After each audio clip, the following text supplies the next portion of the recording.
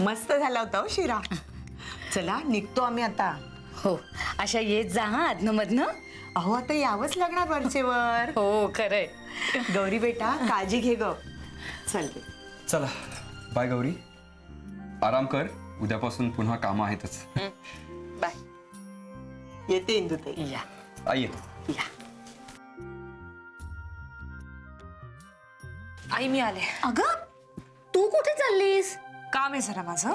अगं आत्ताच सौरभ म्हणाले ना आज काही कामं नाही आहेत म्हणून. सौरभ सोडूनही मला दुसरी कामं असतात. हा आले. गौरी अगं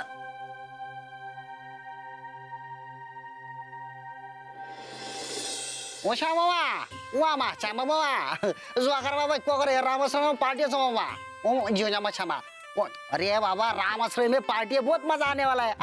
बहुत अच्छा है. ओशा क्या क्षमा बाद में करता है. कोणाशी फोनवर बोलतोस? मैं नहीं बताएगा, मुझको बहुत मजा आएगा. काय झालं? नाचतोस का असा? मैं नहीं बताएगा. हमारा कपिल साहब बोले तर नाही. वो कपिल साहब का नहीं बोलने का. हा. श्रेया, लवकरच तुला तुझ्या गौरी ताईला गौरी वहिनी म्हणून हाक मारायची वेळ येणार आहे. काय? कळलं का आजीबाई? हा? Yes yes. नाचू नका, तयारीला लागा. एक मिनिट, म्हणून मोठ्याने जल्लोष करायचं नाही बर का? काय नाही तर 10 लोक विचारतील, मग 20 खोटी उत्तरं सांगावी लागतील आणि ती लक्षात ठेवावी लागतील. हो, जे काय करायचं ते शांतपणे करायचं, उगाच गडबड गोंधळ करून चालायचा नाही. हो. Welcome to the team. Kapil Kapil अरे कुठं गौरी ऐक हे बघ, आता जे काही झालंय ना ते माझ्या सहनशक्तीच्या पलीकडचं आहे. सिरियसली त्यांनी इनडायरेक्टली आमचं स्टेटस काढून दाखवलं. इट्स हाय टाइम कपिल, आपण प्लीज काहीतरी करायला हवं आता. हो हो तू शांत हो. काय झालंय काय नेमकं? स्थितीत आहे मला तुला माहितीये काकू काय म्हणाल्या मला? त्या म्हणाल्या की घराचं रिन्युएशन साठी ना हवं तर आम्ही पैसे देतो, पण घर त्यांच्या स्टेटसचं वाटलं पाहिजे. गौरी कळलंय मला, तू शांत हो. हे बघ आपण काहीतरी मार्ग काढूया. तू शांत हो कपिल. नाही असं चिडायचं नाही नसतं. असं. बरं झालं तुम्ही दोघ जण इथे एकत्र मला भेटलात. अजून किती वेळ वाट बघणार? सौरभशी बोलून मोकळे व्हा, म्हणजे मग मला तुम्हाला सपोर्ट करता येईल. पण त्याआधी तुम्ही बोलायला हवत ना. हो पण हे सगळं आता सौरभला मान्य असणार आहे का? समजा तुम्ही बोलला नाहीत, मग जे काय होईल ते तुम्हाला मान्य असणार आहे का? कपिल, बाबा म्हणतात ते बरोबर आहे. तू सौरभला फोन करून आत्ता इथे बोलवून घे. आपण बोलू त्याच्याशी नीट. आपण बोलू. हा ओके.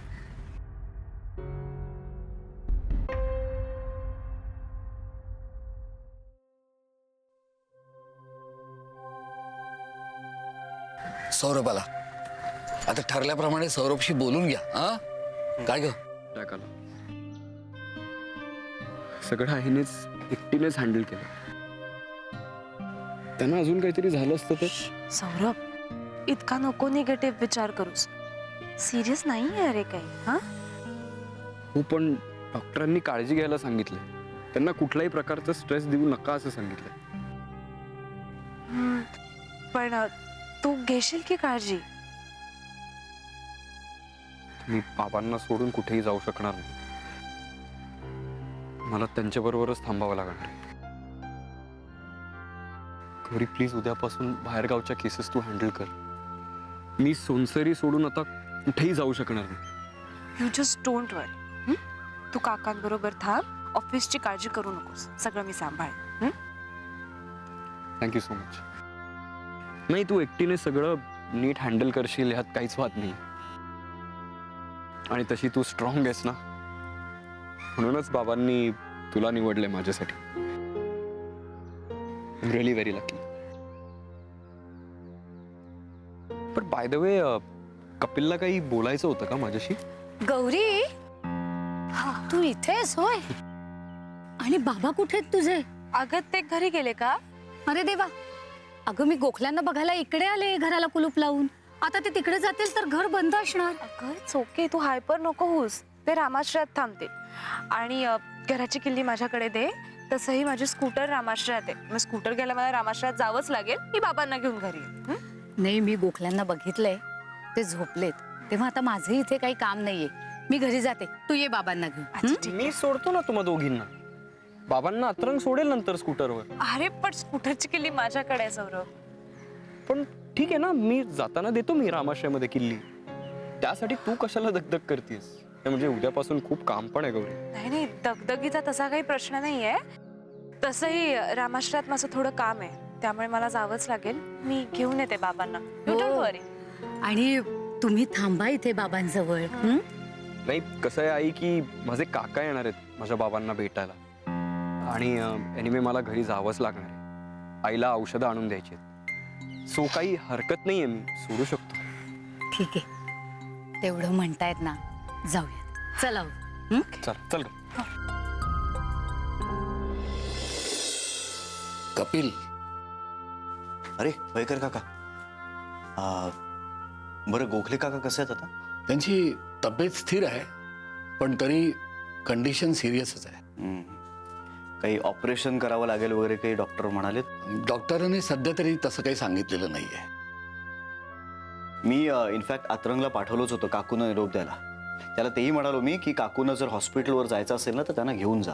तरीच मी घरी गेलो, पाहिलं तर घराला कुलूप. म्हणलं इंदू मला सोडून गेली की काय. म्हणलं ही संधी साधून जरा रामाश्रयात डोकवावं.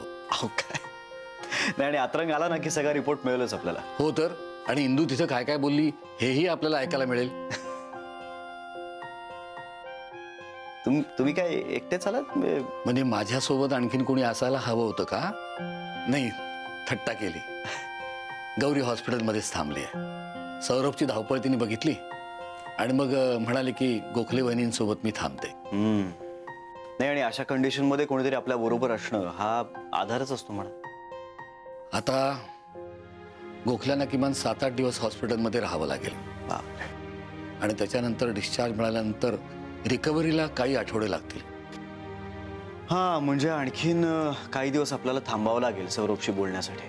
असंच काही नाही, पण राहून राहून वाटतं की हे घडायच्या आधीच आपल्याला हे सगळं गोखल्यांना सांगता यायला हवं होतं. खरंय.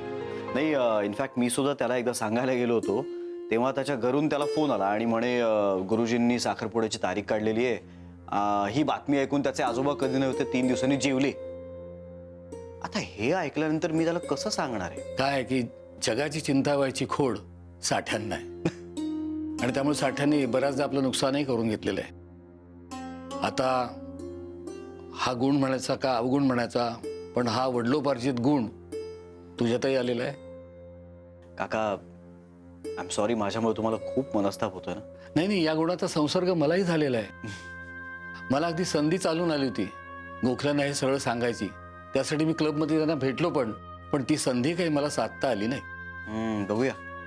नाही, आणि एखादा जर दुसरा आजार असताना तर मी त्याला बोललोही असतो, पण डायरेक्ट हार्ट अटॅक म्हणजे हे लाईफ थ्रेटनिंग आहे.